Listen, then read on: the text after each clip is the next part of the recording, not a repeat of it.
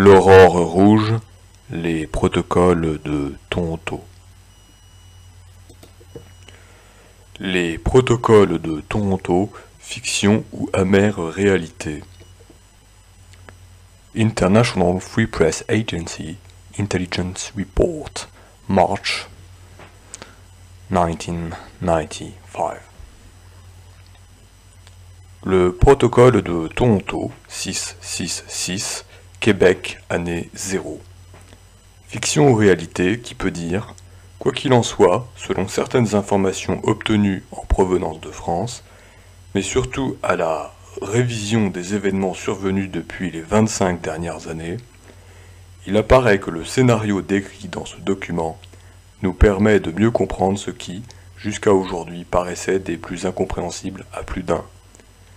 Nous livrons en entier ce document, avec, en plus, une analyse des nouvelles conditions économiques actuelles, qui, en elles-mêmes, semblent plus que confirmer l'authenticité de ce dernier. Fin juin 1967, à Montréal, c'est l'Expo 67. À Ottawa, ce sont les derniers préparatifs du centenaire de la Confédération. Aux États-Unis, c'est la contestation sur la guerre du Vietnam et à travers le pays, le Flower Power. Nous sommes près des événements de mai 68 en France, de l'explosion du nationalisme au Québec, du festival Woodstock aux États-Unis. Mais en même temps, cette fin juin de 1967 marque les derniers préparatifs de la mise au point du plan de la chute des nations par les hautes instances de la franc-maçonnerie anglo-saxonne à Toronto, Canada. Cette réunion secrète, hautement confidentielle, est organisée par les 666, c'est ainsi qu'ils se nomment eux-mêmes, c'est-à-dire ceux qui dirigent les 6 plus grandes banques mondiales, les 6 plus grands consortiums énergétiques de la planète, dont le pétrole fait partie, et les 6 plus grands consortiums de l'agroalimentaire, dont fait partie le contrôle des principales routes alimentaires du monde. Ces 666 étant les plus hauts responsables de la finance internationale, vont définir, à l'intérieur de leur réunion, une stratégie commune en vue de la mainmise absolue sur le commerce mondial, sur la possession de l'arme énergétique, porte ouverte sur le XXIe siècle, et sur le contrôle international de l'agroalimentaire, lequel comprend aussi pour eux les consortiums pharmaceutiques, comprenant à leur tour le marché mondial des vitamines et des vaccins. Leur plan se résume à 3 orientations majeures, l'économique, le politique et le social pour les années 70 et 80. S'il réussit, il doit irrémédiablement déboucher sur la prise du pouvoir mondial par la mise en place du nouvel ordre mondial, le même dont le président américain George Bush fera tant la promotion au début des années 90. Titre du document des 666, Panem et Circenses, du pain et des jeux. But du projet mondialiste, le génocide du vital au profit du rentable occulte. Moyen de financement du projet, entre autres se servir de l'aide humanitaire, de l'aide alimentaire internationale afin de financer les multinationales des 666. Le document. Toutes les périodes historiques ayant mené à la décadence des civilisations étaient toutes marquées sans exception par l'esprit d'errance des hommes. Aujourd'hui, nous devons faire en sorte que cet esprit se traduise par une société mondiale du loisir sous toutes ses formes. Ce loisir doit se composer du sexe, des drogues, du sport, des voyages, l'exotisme et des loisirs en général, mais accessible à toutes les couches de la société. L'homme doit arriver à croire qu'il est moderne et que sa modernité est composée de sa capacité et de sa possibilité de pouvoir jouir largement et maintenant de tout ce qui l'entoure. Pour parvenir à cet objectif, il est impératif de pouvoir infiltrer les médias, radio, télévision, journaux, les milieux de la mode et la culture, les milieux de la nouvelle musique, par lesquels nous influencerons à coup sûr toutes les couches des sociétés occidentales. Ainsi, en tenant sous la coupe des sens la jeunesse, c'est-à-dire les adultes de demain, nous aurons par conséquent la voie libre pour infiltrer et transformer en profondeur, sans être inquiétés, le politique, le système légal et l'éducation, ce qui nous permettra de modifier en profondeur le cours, l'orientation future des sociétés visées par notre plan. Les populations, nous le savons, n'ont pas de mémoire historique. Ils répètent inlassablement les erreurs du passé, sans se rendre compte que ces mêmes erreurs avaient conduit leurs pères avant eux aux mêmes déchéances qu'ils vivront en pire avant la fin de ce siècle. Vous voyez par exemple ce que leurs grands-pères ont vécu au début de ce siècle grâce au travail acharné de nos prédécesseurs. Après avoir connu sans limite la libération des mœurs, l'abolition de la morale, en d'autres mots l'errance de l'esprit, ils expérimentèrent la crise économique, puis la guerre. Aujourd'hui, leurs petits-enfants et leurs enfants se dirigent droit vers un aboutissement semblable, pire encore car cette fois-ci, il nous permettra enfin de mettre sur pied notre nouvel ordre mondial, sans qu'aucun d'entre eux ne soit à même de s'en rendre compte, trop préoccupés qu'ils seront tous à satisfaire exagérément leurs besoins sensuels les plus primaires. Une norme générale plus qu'importante et qui a déjà fait ses preuves au début de ce présent siècle dans la construction et la mise en place du système par les regrettés hauts officiers de nos loges et la rentabilité de l'exception. En principe, nous le savons, l'exception prouve la règle générale qui lui est contraire. Mais, dans notre vocabulaire, l'exception c'est ce qui doit être imposé à tous. Nous devons faire en sorte de faire des exceptions dans différentes sphères de la société comme devant être de nouvelles règles générales applicables à tous. Un objectif premier de toutes les futures contestations sociales menées par la jeunesse des nations. Ainsi, l'exception deviendra le détonateur par lequel toute la société historique s'effondrera sur elle-même dans un essoufflement et une confusion sans précédent. Les fondements de la société occidentale dans leur essence proviennent en droite ligne de l'héritage judéo-chrétien. C'est précisément ce même héritage qui fit de la famille le nœud, la pierre angulaire de tout l'édifice social actuel. Nos prédécesseurs qui avaient financé les écrivains révolutionnaires de la fin du XIXe siècle et du début du XXe siècle avaient compris l'importance de fractionner, puis de faire éclater ce noyau vital s'ils voulaient, en Russie, parvenir à mettre en place le nouveau système communiste d'alors. Et c'est précisément ce qu'ils firent, en faisant minutieusement produire par les philosophes et les écrivains non conformistes de l'époque un manifeste à la gloire de l'État-Dieu, celui-ci ayant la primauté absolue sur l'individu et sur la famille. Pour aboutir avec certitude à la construction d'un gouvernement mondial, un nouvel ordre mondial communautaire, où tous les individus sans exception seront soumis à l'état mondial de l'ordre nouveau, nous devons en premier lieu faire disparaître la famille, ce qui entraînera du même coup la disparition des enseignements religieux ancestraux. Et en deuxième lieu, niveler tous les individus en faisant disparaître les classes sociales, en particulier les classes moyennes.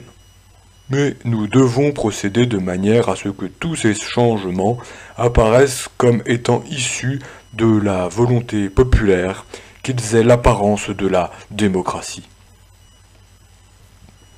En se servant de cas isolés, mais en les amplifiant à l'extrême, avec l'aide de contestations étudiantes noyautées par nous, de journalistes favorables à notre cause et de politiciens achetés, nous parviendrons à faire mettre en place de nouveaux organismes ayant toutes les apparences de la modernité, tel un bureau de la protection de l'enfance protégés par une charte des droits et libertés.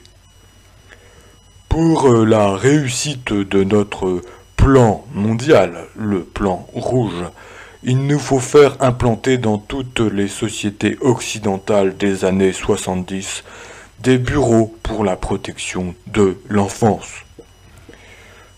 Bureaux dont les fonctionnaires, de jeunes intellectuels sans expérience, fraîchement sortis d'université où sont mis en évidence nos principes mondialistes, feront respecter à la lettre, sans discernement, la charte des droits de l'enfant. Qui osera s'opposer à cela sans en même temps être identifié aux barbaries du Moyen-Âge? Cette charte, laborieusement mise au point dans nos loges, nous permettra enfin de réduire à néant toute autorité parentale en faisant éclater la famille en individus farouchement opposés les uns aux autres pour la protection de leurs intérêts personnels. Elle encouragera les enfants à dénoncer des parents trop autoritaires parce que trop traditionnels, trop religieux. Elle contribuera ainsi à soumettre les parents à une psychose collective de la peur, ce qui provoquera inéluctablement, d'une manière générale dans la société, un relâchement de l'autorité parentale. Ainsi, nous aurons réussi, dans un premier temps, à produire une société semblable à celle de la Russie des années 50, où les enfants dénonçaient à l'État leurs parents, et cela sans que personne ne s'en aperçoive. En transférant ainsi à l'État le rôle parental, il nous sera plus facile par la suite de nous accaparer une par une de toutes les responsabilités qui avaient été jusqu'à date du ressort exclusif des parents. C'est ainsi que nous pourrons faire considérer par tous comme étant un abus contre l'enfant l'enseignement religieux traditionnel d'origine judéo-chrétienne. Dans un même temps, mais à un autre niveau, nous ferons inscrire dans les plus hautes lois des nations que toutes les religions, les cultes et les pratiques religieuses de tout genre, y compris la sorcellerie et la magie, doivent toutes être respectées au même titre les unes que les autres. Ce sera par la suite d'une aisance déconcertante que de transférer ce rôle de l'État par rapport à l'enfant aux plus hautes instances internationales, telles les Nations Unies. Comprenons bien ceci, notre but n'est pas de protéger les enfants ou qui que ce soit d'autre, mais bien de provoquer l'éclatement, puis la chute des nations, qui sont un obstacle majeur à la mise en place de notre nouvel ordre mondial. C'est la raison pour laquelle les bureaux de protection de l'enfance doivent être investis d'une autorité légale absolue. Ils doivent être en mesure, comme bon leur semblera, mais toujours sous le prétexte de la protection de l'enfant, de pouvoir retirer ces derniers de leurs milieux familiaux originels et les placer dans des milieux familiaux étrangers ou des centres gouvernementaux déjà acquis à nos principes mondialistes et religieux. Par conséquent, sera ainsi achevée la brisure définitive de la cellule familiale occidentale, car sans la protection et la surveillance de leurs parents originaux, ces enfants pourront ainsi être définitivement handicapés dans leur développement psychologique et moral et représenter par voie de conséquences naturelles des proies facilement adaptables à nos visées mondialistes. Pour la réussite assurée d'une telle entreprise, il est primordial que les fonctionnaires travaillant dans ces bureaux au service de l'État soient jeunes, sans expérience passée, imbus de théorie que nous savons vides et sans efficacité, et surtout soient obsédés par l'esprit missionnaire de grands protecteurs de l'enfance menacée. Car pour eux, tous les parents doivent représenter des criminels en puissance, des dangers potentiels au bien-être de l'enfant, ici considéré comme étant un dieu. Un bureau de la protection de l'enfance et une charte des droits de l'enfant n'ont aucune raison d'être sans enfants menacés. De plus, les exceptions et les exemples historiques utilisés pour leur mise en place finiraient tôt ou tard par disparaître s'ils n'étaient pas constamment alimentés par de nouveaux cas se produisant sur une base continue. En ce sens, nous devons infiltrer le système d'éducation des nations pour y faire disparaître, sous le couvercle de la modernité et de l'évolution, l'enseignement de la religion, de l'histoire, de la bienséance, tout en diluant en même temps, sous une avalanche d'expérimentations nouvelles dans le milieu de l'éducation, celui de la langue et des mathématiques. De cette manière, en enlevant aux jeunes générations toute base et toute frontière morale, toute connaissance du passé, donc toute fierté nationale, donc tout respect d'autrui, tout pouvoir par la connaissance du langage et des sciences, donc sur la réalité, nous contribuerons à fabriquer une jeunesse largement disposée à toutes les formes de délinquance. Dans ce nouvel univers morcelé par la peur des parents et leur abandon de toute responsabilité face à leurs enfants, nous aurons la voie libre pour former à notre manière et selon nos objectifs premiers une jeunesse où l'arrogance, le mépris, l'humiliation d'autrui seront considérés comme étant les nouvelles bases de l'affirmation de soi et de la liberté. Mais nous savons à même l'expérience du passé qu'une jeunesse semblable est d'ores et déjà condamnée à son autodestruction car celle-ci est foncièrement individualiste, donc anarchiste par définition.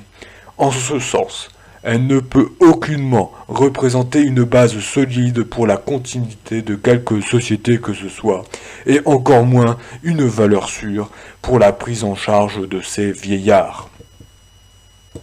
Dans la même foulée, il est aussi impératif de faire créer une charte des droits et libertés individuelles et des bureaux de protection du citoyen, en faisant miroiter aux masses que ces innovations font partie intégrante de la modernité des sociétés nouvelles du XXe siècle. De la même manière, et en même temps, mais à un autre niveau, faire voter de nouvelles lois pour le respect et la liberté individuelle.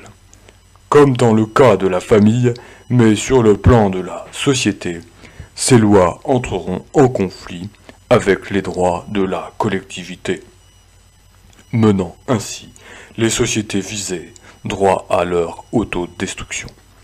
Car ici, l'inversion est totale. Ce n'est plus la société, c'est-à-dire le droit de la majorité, qui doit être protégé contre des individus pouvant la menacer, mais bien plutôt le droit de l'individu, qui se doit d'être protégé contre les menaces possibles de la majorité. Voilà le but que nous nous sommes fixés. Pour achever l'éclatement de la famille, du système d'éducation, donc de la société en général, il est primordial d'encourager la liberté sexuelle à tous les échelons de la société occidentale. Il faut réduire l'individu, donc les masses, à l'obsession de satisfaire leurs instincts primaires par tous les moyens possibles.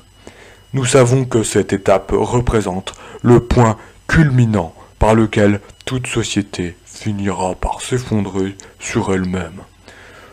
N'en a-t-il pas été ainsi de l'Empire romain à son apogée et de toute civilisation semblable à travers l'histoire?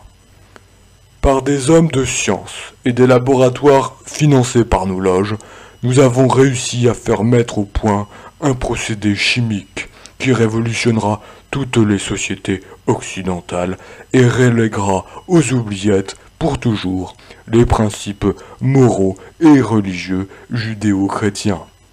Ce procédé, sous forme de pilule, ouvrira la voie toute grande à la liberté sexuelle sans conséquence et poussera les femmes des nations à vouloir briser avec ce qui sera alors perçu comme étant le joug du passé, l'esclavage des femmes soumises à l'homme et à la famille traditionnelle judéo-chrétienne. Jadis, centre et pivot de la cellule familiale, la femme moderne, maintenant en tant qu'individu indépendant, voudra briser avec son rôle traditionnel, se détacher de la famille et mener sa vie selon ses propres aspirations personnelles. Rien de plus naturel, nous le savons, mais là où nous interviendrons fortement, ce sera d'infiltrer tous les nouveaux mouvements de contestation féminin en poussant leur logique jusqu'à ses extrêmes limites de conséquences, et ces limites se trouvent déjà inscrites dans l'éclatement définitif de la famille traditionnelle et de la société judéo-chrétienne. Cette libération sexuelle sera le moyen ultime par lequel il nous sera possible de faire disparaître de la conscience populaire toute référence au bien et au mal. L'effondrement de cette barrière religieuse et morale nous permettra d'achever le processus de la fausse libération de l'homme de son passé, mais qui, en réalité, est une forme d'esclavage qui sera profitable à nos plans mondialistes. Cette porte ouverte pour l'encouragement à la liberté sexuelle, au divorce, à l'avortement sur demande, à la reconnaissance légale des diverses formes d'homosexualité nous aidera à modifier en profondeur les bases historiques du droit légal des sociétés. Elle sera un atout majeur pour pousser l'ensemble des individus à un relâchement général des mœurs, pour diviser les individus les uns par rapport aux autres, selon leur instinct et leurs intérêts propres, pour détruire l'avenir de la jeunesse en la poussant aux expériences néfastes de la sexualité hâtive et de l'avortement, et pour briser moralement les générations futures en les poussant à l'alcoolisme, aux drogues diverses dont nos officiers supérieurs des loges internationales se chargeront d'en prendre le contrôle au niveau mondial, et au suicide, celui-ci considéré par une jeunesse désabusée et abandonnée à elle-même comme étant une fin chevaleresque. Décevons la jeunesse des nations en lui montrant ses parents comme étant irresponsables, irréligieux, immoraux, ne cherchant en définitive que le plaisir, l'évasion et la satisfaction effrénée de leurs instincts au prix du mensonge, de l'hypocrisie et de la trahison. Faisons du divorce et de l'avortement une nouvelle coutume sociale acceptée par tous. Poussons-la ainsi à la criminalité sous toutes ses formes et à se réfugier en groupes distincts, hors d'atteinte du milieu familial qu'elle percevra inévitablement comme étant une menace pour sa propre survie. Le tissu social étant ainsi bouleversé à jamais, il nous sera dès lors possible d'agir sur le politique et l'économique des nations, afin de les soumettre à notre merci, pour en venir à accepter de force nos plans d'un nouvel ordre mondial. Car il faut bien se l'avouer, les nations dépourvues qu'elles seront alors de pouvoir compter sur une jeunesse forte, sur une société où les individus regroupés autour d'un idéal commun, renforcés par des remparts moraux indéfectibles, auraient pu lui apporter son soutien historique, ne pourront qu'abdiquer à notre volonté mondiale. Ainsi, pourrons-nous alors inaugurer ce qui fut tant annoncé par nos créations passées, le système communiste, qui prophétisait une révolution mondiale mise en branle par tous les rejetés de la terre et le nazisme par lequel nous avions annoncé un nouvel ordre mondial pour 1000 ans. Voilà notre but ultime, le travail récompensé de tous les valeureux morts au labeur pour son accomplissement depuis des siècles. Disons-le haut et fort, tous les frères des loges passées morts dans l'anonymat pour la réalisation de cet idéal qu'il nous est maintenant possible de toucher du bout des doigts. Il est bien reconnu par tous que l'homme, une fois après avoir assuré ses besoins primaires, nourriture, habillement et gîte, est beaucoup plus enclin à être moins vigilant. Permettons-lui d'endormir sa conscience, tout en orientant à notre guise son esprit en lui créant de pure pièce des conditions économiques favorables. Donc, pendant cette période des années 70, où nos agents s'infiltreront partout dans les différentes sphères de la société pour faire accepter nos nouvelles normes dans l'éducation, le droit légal, le social et le politique, nous veillerons à répandre autour de lui un climat économique de confiance, du travail pour tous, l'ouverture du crédit pour tous, des loisirs pour tous, seront nos tandems pour la création illusoire d'une nouvelle classe sociale, la classe moyenne. Car une fois nos objectifs atteints, cette classe du milieu, située entre les pauvres séculaires et nous les riches, nous la ferons disparaître en lui coupant définitivement tout moyen de survie. En ce sens, nous ferons des États-nations les nouveaux parents des individus, à travers ce climat de confiance où nos agents internationaux auront fait le nécessaire pour écarter tout spectre de guerre mondiale. Nous encouragerons la centralisation à outrance pour l'État. De cette manière, les individus pourront acquérir l'impression d'une liberté totale à explorer pendant que le fardeau légendaire des responsabilités personnelles sera transféré à l'État. C'est ainsi qu'il nous sera possible de faire augmenter d'une manière vertigineuse le fardeau de l'État, en multipliant sans limite aucune la masse des fonctionnaires intellectuels. Assurés pour des années à l'avance d'une sécurité matérielle, ceux-ci seront par conséquent de parfaits exécutants du pouvoir gouvernemental, en d'autres mots de notre pouvoir. Créer ainsi une masse impressionnante de fonctionnaires qui, à elle seule, formera un gouvernement dans le gouvernement, quel que soit le parti politique qui sera alors au pouvoir. Cette machine anonyme pourra nous servir un jour de levier lorsque le moment sera venu pour accélérer l'effondrement économique des États-nations, car ceux-ci ne pourront pas indéfiniment supporter une telle masse salariale sans devoir s'endetter au-delà de leurs moyens.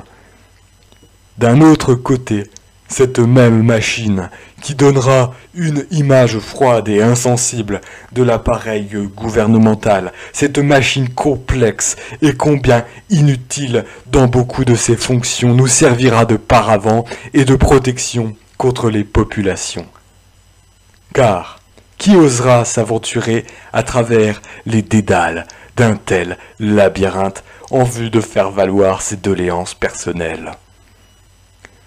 Toujours pendant cette période d'étourdissement général, nous en profiterons aussi pour racheter ou éliminer, selon les nécessités du moment, tous les dirigeants d'entreprise, les responsables des grands organismes d'État, les centres de recherche scientifique dont l'action et l'efficacité risqueraient de donner trop de pouvoir aux États-nations.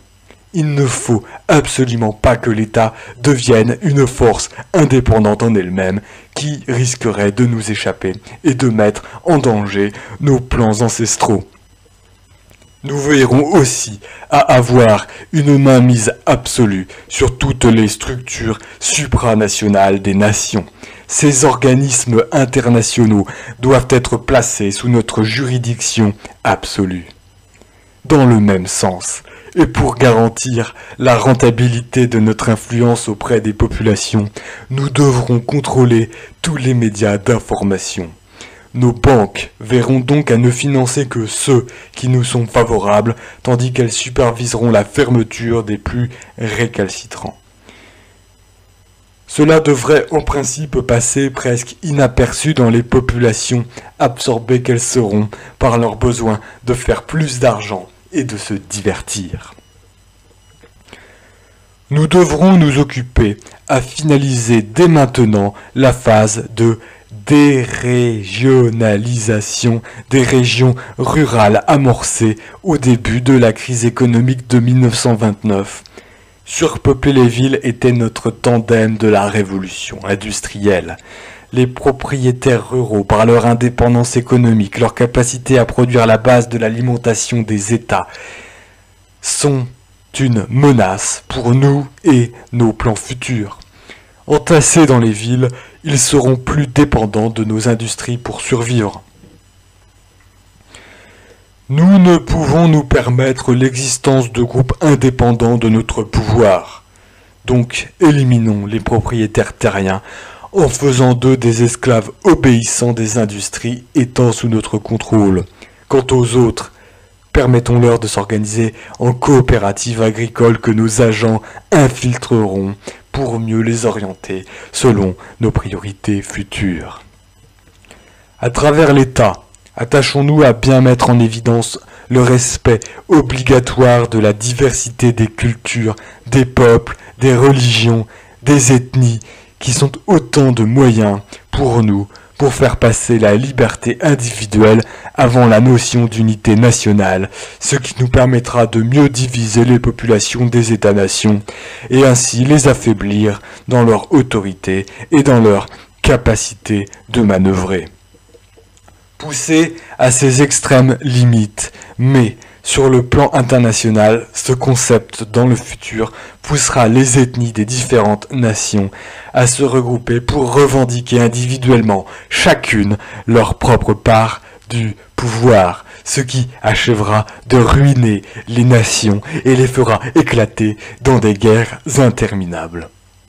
Lorsque les États-nations seront ainsi affaiblis par autant de luttes intestines, toutes fondées sur la reconnaissance des droits des minorités à leur indépendance, que les nationalistes divisés en différentes factions culturelles et religieuses s'opposeront aveuglément dans des luttes sans issue, que la jeunesse aura totalement perdu contact avec ses racines, alors nous pourrons nous servir des Nations Unies pour commencer à imposer notre nouvel ordre mondial. D'ailleurs, à ce stade-là, les idéaux humanitaires, sociaux et historiques des États-nations auront depuis longtemps éclaté sous la pression des divisions intérieures. Fin du document des 666 daté de fin juin 1967. 18 ans plus tard, soit 666, dans le même temps se tint une autre réunion d'importance au Canada.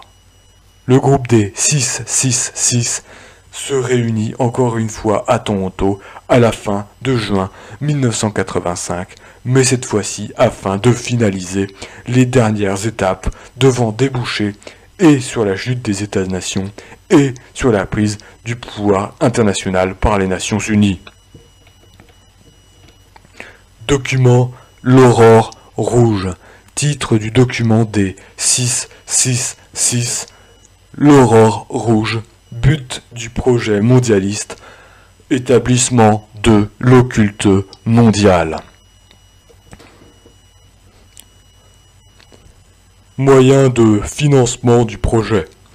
Contrôle du FMI, du GATT, de la Commission de Bruxelles, de l'OTAN, de l'ONU et d'autres.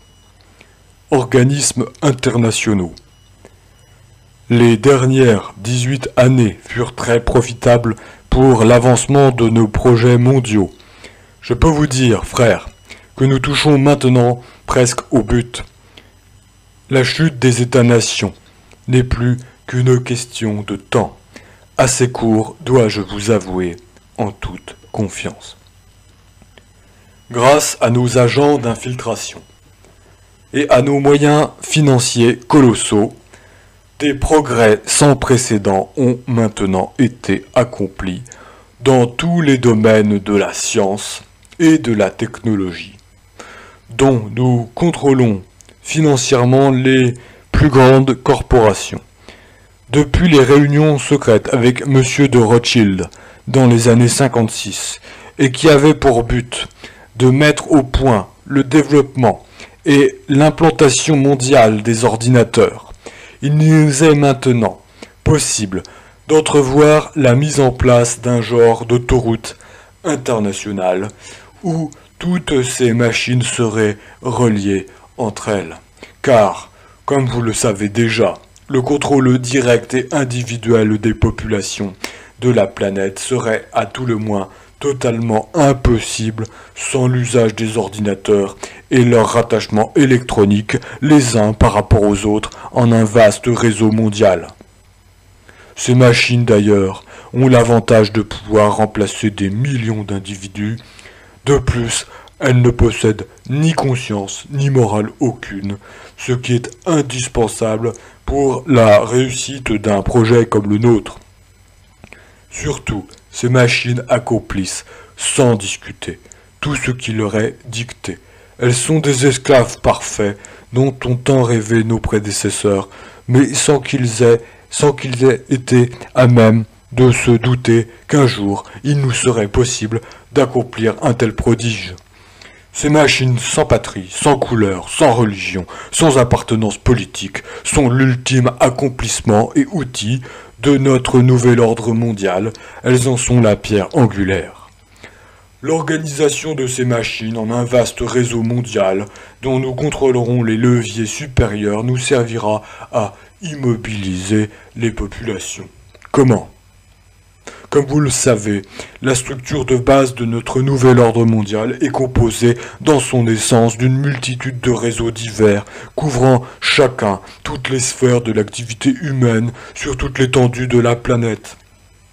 Jusqu'à ce jour, tous ces réseaux étaient reliés entre eux par une base idéologique commune, celle de l'homme comme étant le centre et l'ultime accomplissement de l'univers. Ainsi, grâce à tous ces réseaux unis par le lien de la nouvelle religion de l'homme pour l'homme, nous avons pu facilement infiltrer tous les secteurs humains dans tous les pays occidentaux et en modifier la base judéo-chrétienne. Le résultat est qu'aujourd'hui, cet homme, qu'il fasse partie du politique, de l'économique, du social, de l'éducation, du scientifique ou du religieux, a déjà depuis notre dernière réunion de fin juin 67 abandonné son héritage passé pour le remplacer par notre idéal d'une religion mondiale basée uniquement sur l'homme. Coupé ainsi qu'il est dorénavant de ses racines historiques, cet homme n'attend plus en définitive que lui soit proposée une nouvelle idéologie. Celle-ci, bien entendu, est la nôtre, celle du village communautaire global dont il sera le centre. Et c'est précisément ce que nous lui apporterons en l'encourageant à faire partie corps et âme de ce réseau électronique mondial où les frontières des États-nations auront été à tout jamais abolies, anéanties jusqu'à leurs racines les plus profondes. Pendant que cet homme égaré sera absorbé par son enthousiasme aveugle à faire partie de sa nouvelle communauté mondiale, en faisant partie de ce vaste réseau d'ordinateurs, pour notre compte, nous verrons à partir des leviers supérieurs qui lui seront cachés, à le ficher, à l'identifier, à le comptabiliser et à le rentabiliser selon nos propres objectifs. Car, à l'intérieur de cette nouvelle société globale, aucun individu ayant un potentiel de rentabilité pour nous ne pourra nous échapper. L'apport constant de la technologie électronique devra nous assurer de tous les moyens pour ficher, identifier et contrôler tous les individus des populations de l'Occident. Quant à ceux qui ne représenteront aucune rentabilité exploitable, nous verrons à ce qu'ils s'éliminent d'eux-mêmes à travers toutes les guerres intestines locales que nous aurons pris soin de faire éclater ici et là, en nous ayant servi et de la chute de l'économie des États-nations et des oppositions et des revendications des divers groupes composant ces mêmes États. Voici donc la manière détaillée par laquelle nous procéderons d'ici 1998 pour paver la route à la naissance de notre gouvernement mondial. Petite 1. Décupler la société des loisirs, qui nous a été si profitable à date. En nous servant de l'invention du vidéo que nous avons financé et des jeux qui lui sont rattachés, finissons de pervertir la morale de la jeunesse. Offrons-lui la possibilité de satisfaire maintenant tous ses instincts. Un être possédé par ses sens et esclave de ceux-ci, nous le savons, n'a ni idéal, ni force intérieure pour défendre quoi que ce soit. Il est un individualiste par nature et représente un candidat parfait que nous pouvons modeler aisément selon nos désirs et nos priorités. D'ailleurs, rappelez-vous avec quelle facilité nos prédécesseurs ont pu orienter toute la jeunesse allemande au début du siècle en se servant du désabusement de cette dernière. Deuxième point. Encourager la contestation étudiante pour toutes les causes rattachées à l'écologie. La protection obligatoire de cette dernière sera un atout majeur le jour où nous aurons poussé les États-nations à échanger leurs dettes intérieures contre la perte de 33% de tout leur territoire demeuré à l'état sauvage. Troisième point. Comblons le vide intérieur de cette jeunesse en l'initiant dès son tout jeune âge à l'univers des ordinateurs. Utilisons pour cela son système d'éducation, un esclave au service d'un autre esclave que nous contrôlons. Quatrième point. Sur un autre plan, établissons le libre-échange international comme étant une priorité absolue pour la survie économique des États-nations. Cette nouvelle conception économique nous aidera à accélérer le déclin des nationalistes de toutes les nations, à les isoler en factions diverses et au moment voulu, à les opposer farouchement les uns aux autres dans des guerres intestines qui achèveront de ruiner ces nations. Cinquième point. Pour nous assurer à tout prix de la réussite d'une telle entreprise, faisons en sorte que nos agents déjà infiltrés dans les ministères des Affaires intergouvernementales et de l'immigration des États-nations fassent modifier en profondeur les lois de ces ministères. Ces modifications viseront essentiellement à ouvrir les portes des pays occidentaux à une immigration de plus en plus massive à l'intérieur de leurs frontières, immigration que nous aurons d'ailleurs provoquée en ayant pris soin de faire éclater ici et là de nouveaux conflits locaux.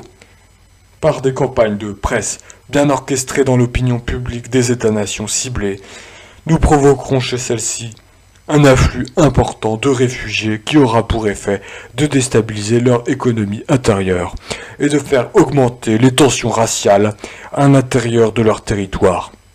Nous verrons à faire en sorte que des groupes d'extrémistes étrangers fassent partie de ces afflux d'immigrants, ce qui facilitera la déstabilisation politique, économique et sociale des nations visées. Ce libre-échange, qui en réalité n'en est pas un, car il est déjà contrôlé par nous tous au sommet de la hiérarchie économique, noyautons-le en 3 commissions latérales, celle de l'Asie, celle de l'Amérique, celle de l'Europe. Il nous apportera la discorde à l'intérieur des États-nations par la hausse du chômage relié aux restructurations de nos multinationales. Transférons lentement. Septième point. Transférons lentement, mais sûrement, nos multinationales dans de nouveaux pays acquis à l'idée de l'économie de marché, tels les pays de l'Est de l'Europe, en Russie et en Chine, par exemple.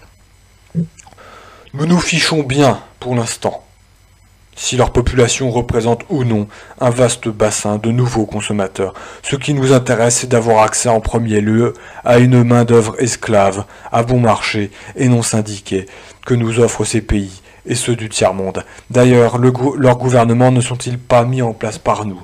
Ne font-ils pas appel à l'aide étrangère et auprès de notre Fonds monétaire international et de notre Banque mondiale? Ces transferts offrent plusieurs avantages pour nous. Ils contribuent à entretenir ces nouvelles populations dans l'illusion d'une libération économique, d'une liberté politique, alors qu'en réalité nous les dominerons par l'appétit du gain et un endettement dont ils ne pourront jamais s'acquitter. Quant aux populations occidentales, elles seront entretenues dans le rêve du bien-être économique, car les produits importés de ces pays ne subiront aucune hausse de prix. Par contre, sans qu'elles s'en aperçoivent au début, de plus en plus d'industries seront obligées de fermer leurs portes à cause des transferts que nous aurons effectués hors des pays occidentaux. Ces fermetures augmenteront le chômage et apporteront des pertes importantes de revenus pour les États-nations. Ainsi, 8e point, ainsi, nous mettrons sur pied une économie globale à l'échelle mondiale qui échappera totalement au contrôle des États-nations. Cette nouvelle économie sera au-dessus de tout. Aucune pression politique ou syndicale ne pourra avoir de pouvoir sur elle. Elle dictera ses propres politiques mondiales et obligera à une réorganisation politique, mais selon nos priorités à l'échelle mondiale. 9e point. Par cette économie indépendante, n'ayant de loi que nos lois, nous établirons une culture de masse mondiale. Par le contrôle international de la télévision, des médias, nous instituerons une nouvelle culture. Mais, nivelée, uniforme pour tous, sans qu'aucune création future ne nous échappe. Les artistes futurs seront à notre image ou bien ne pourront survivre. Fini donc ce temps où des créations culturelles indépendantes mettaient à tout moment en péril nos projets mondialistes, comme cela fut si souvent le cas dans le passé. 10e point. Par cette même économie, il ne sera alors possible de nous servir des forces militaires des États-nations, telles celles des États-Unis, dans des buts humanitaires. En réalité, ces forces nous serviront à soumettre des pays récalcitrants à notre volonté. Ainsi, les pays du tiers-monde et d'autres semblables à eux ne pourront pas être en mesure d'échapper à notre volonté de nous servir de leur population comme main-d'œuvre esclave. 11e point. Pour contrôler le marché mondial, nous devons détourner la productivité de son but premier. Libérer l'homme de la dureté du travail.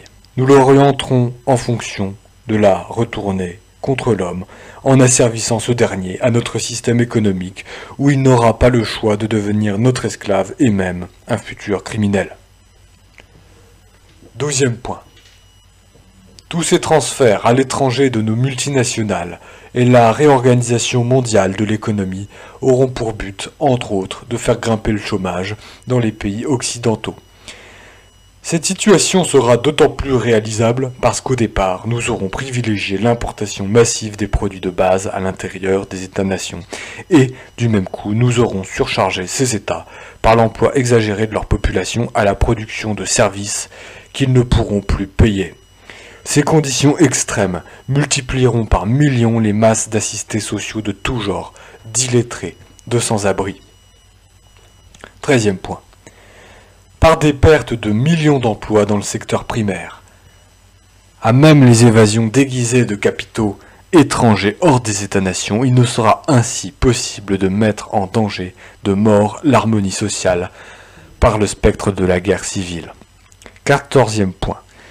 Ces manipulations internationales des gouvernements et des populations des États-nations nous fourniront le prétexte d'utiliser notre FMI pour pousser les gouvernements occidentaux à mettre en place des budgets d'austérité sous le couvercle de la réduction illusoire de leur dette nationale, de la conservation hypothétique de leur cote de crédit international, de la préservation impossible de la paix sociale. 15e point. Par ces mesures budgétaires d'urgence, nous briserons ainsi le financement des États-nations pour tous leurs méga-projets, qui représentent une menace directe à notre contrôle mondial de l'économie. D'ailleurs, 16e point. D'ailleurs, toutes ces mesures d'austérité nous permettront de briser les volontés nationales de structures modernes dans les domaines de l'énergie, de l'agriculture, du transport et des technologies nouvelles. 17e point.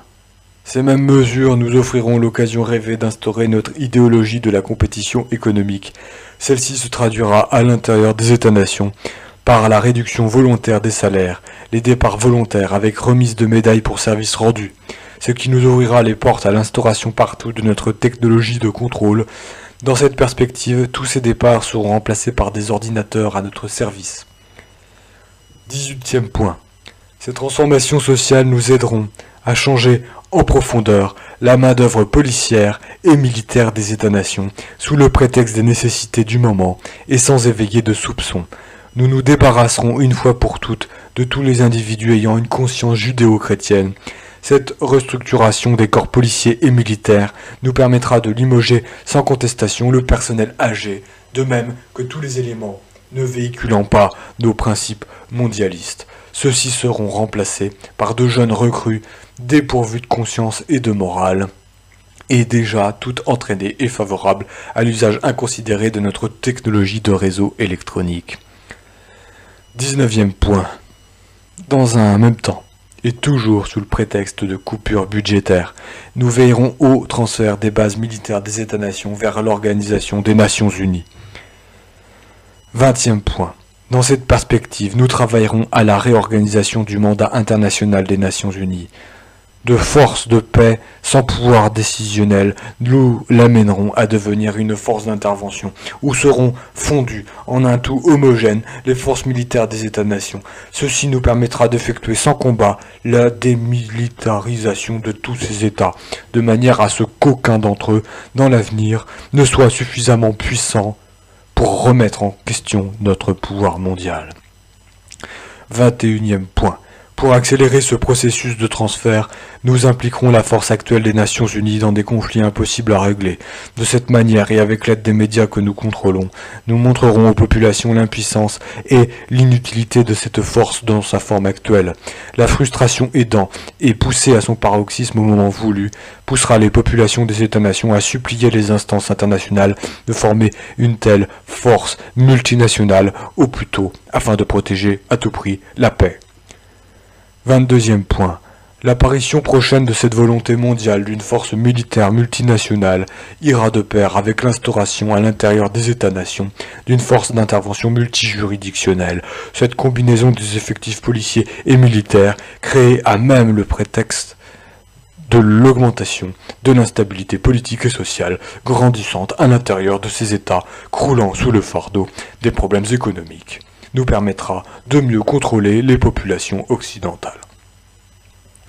Ici, l'utilisation à outrance de l'identification et du fichage électronique des individus nous fournira une surveillance complète de toutes les populations visées.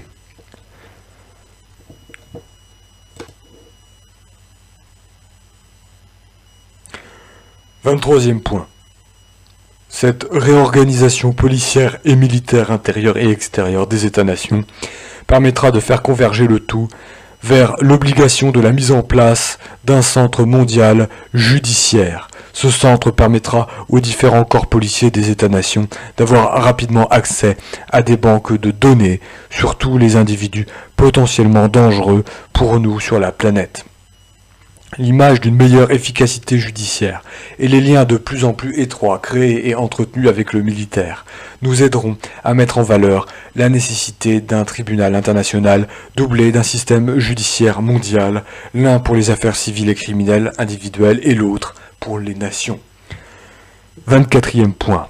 Au cours de la croissance acceptée par tous de ces nouvelles nécessités, il sera impérieux pour nous de compléter au plus tôt le contrôle mondial des armes à feu à l'intérieur des territoires des États-nations. Pour ce faire, nous accélérons le plan Alpha, mis en œuvre au cours des années 60 par certains de nos prédécesseurs. Ce plan, à l'origine, visait deux objectifs qui sont demeurés les mêmes encore aujourd'hui. Par l'intervention de tireurs fous, créer un climat d'insécurité dans les populations pour amener à un contrôle plus serré des armes à feu, orienter les actes de violence de manière à en faire porter la responsabilité par des extrémistes religieux ou des personnes affiliées à des allégeances religieuses de tendance traditionnelle, ou encore des personnes prétendant avoir des communications privilégiées avec Dieu.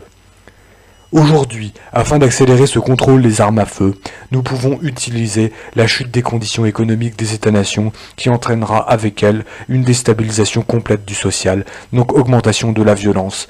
Je n'ai pas besoin de vous rappeler ni de vous démontrer, frères, les fondements de ce contrôle des armes à feu. Sans celui-ci, il deviendrait presque impossible pour nous de mettre à genoux les populations des États visés. Rappelez-vous avec quel succès nos prédécesseurs ont pu contrôler l'Allemagne de 1930 avec les nouvelles lois mises en application à l'époque, lois d'ailleurs sur lesquelles sont fondées les lois actuelles des États-nations pour ce même contrôle. 25e point. Les dernières étapes se rapportent à la phase oméga, expérimentée à partir des expérimentations effectuées au début des années 70. Elle renferme la mise en application à l'échelle mondiale des armes électromagnétiques, les changements de climat entraînant la destruction des récoltes, la faillite dans ces conditions des terres agricoles, la dénaturation par moyens artificiels des produits alimentaires de consommation courante, l'empoisonnement de la nature par une exploitation exagérée et inconsidérée, et l'utilisation massive de produits chimiques dans l'agriculture. Tout cela, frères, mènera à la ruine assurée des industries alimentaires des États-nations. L'avenir du contrôle des populations de ces États passe obligatoirement par le contrôle absolu, par nous, de la production alimentaire à l'échelle mondiale et par la prise de contrôle des principales routes alimentaires de la planète. Pour ce faire, il est nécessaire d'utiliser l'électromagnétique, entre autres, pour déstabiliser les climats des États les plus productifs sur le plan agricole. Quant à l'empoisonnement de la nature, elle sera d'autant plus accélérée que l'augmentation des populations y poussera sans restriction. 26e point. L'utilisation de l'électromagnétique pour provoquer des tremblements de terre dans les régions industrielles les plus importantes des États-nations contribuera à accélérer la chute économique des États les plus menaçants pour nous, de même qu'à amplifier l'obligation de la mise en place de notre nouvel ordre mondial. 27e point. Qui pourra nous soupçonner? Qui pourra se douter des moyens utilisés? Ceux qui oseront se dresser contre nous en diffusant de l'information quant à l'existence et au contenu de notre conspiration deviendront suspects aux yeux des autorités de leur nation et de leur population. Grâce à la désinformation, aux mensonges, à l'hypocrisie et à l'individualisme que nous avons créés au sein des peuples des États-nations, l'homme est devenu un ennemi pour l'homme. Ainsi, ces individus indépendants, qui sont des plus dangereux pour nous justement à cause de leur liberté, seront considérés par leurs semblables comme étant des ennemis et non des libérateurs. L'esclavage des enfants, le pillage des richesses du tiers-monde, le chômage, la propagande pour la libération de la drogue, l'abrutissement de la jeunesse des nations, l'idéologie du respect de la liberté individuelle diffusée au sein des églises judéo-chrétiennes et à l'intérieur des États-nations, l'obscurantisme considéré comme une base de la fierté, les conflits interethniques et notre dernière réalisation, les restrictions budgétaires, tout cela nous permet enfin de voir l'accomplissement ancestral de notre rêve, celui de l'instauration de notre nouvel ordre mondial. Fin du document de fin juin 1985. Conclusion. Alors, le protocole de Toronto 666, mythe ou réalité? Ce serait encore de demander si le meilleur des mondes est lui aussi un mythe ou une réalité, même s'il s'agit d'un roman. Pourtant, son auteur, à savoir Aldous Huxley, a lui aussi eu accès à des documents d'époque pour le créer. Son auteur savait bien que la révélation, la diffusion des informations qu'il possédait, mais sous une autre forme que celle du roman, aurait éveillé chez les populations beaucoup plus de méfiance que d'acceptation. Et combien d'autres auteurs ont dû eux aussi user du même stratagème pour avertir leurs contemporains et les générations futures. Alors, le protocole de Toronto 666, mythe ou réalité? L'urgence de la situation actuelle, celle engendrée par le début des restrictions budgétaires qui marquent le commencement de la fin, la réalisation proche du nouvel ordre mondial occulte, ne permettait pas la rédaction d'un roman, ce qui aurait pris trop de temps dans le contexte présent. Mais l'impact provoqué quant à la révélation de ces documents est tout de même important, car leur publication aura pour effet de placer sur la défensive ceux qui en sont à l'origine. Ce qui est souhaité ici, c'est qu'au-delà de la désinformation véhiculée et entretenue par des politiciens sans scrupules et par des gens apeurés face à la possibilité de perdre des intérêts personnels, chaque lecteur puisse réfléchir, se regrouper avec d'autres semblables à lui et prendre maintenant des moyens pour survivre face à ce qui vient. Même si ma vie est en danger à cause de la diffusion d'informations comme celle-ci, la vôtre l'est encore plus par l'ignorance de ces mêmes informations. Alors, le protocole de Toronto 666, mythe ou réalité? À vous de répondre. À vous de voir, dans les événements récemment passés et futurs, si ces documents appartiennent au domaine de la fiction ou de la réalité. À vous de réaliser que la peur n'a d'autre objet que de vous paralyser et de vous placer à la merci de ceux qui ne veulent que vous contrôler pour mieux vous asservir selon leurs intérêts, qui en fin de compte ne sont pas les vôtres. Alors le protocole de Toronto 666, mythe ou réalité? Serge Monast, journaliste d'enquête, fin mars 1995. Serge Monast a été assassiné.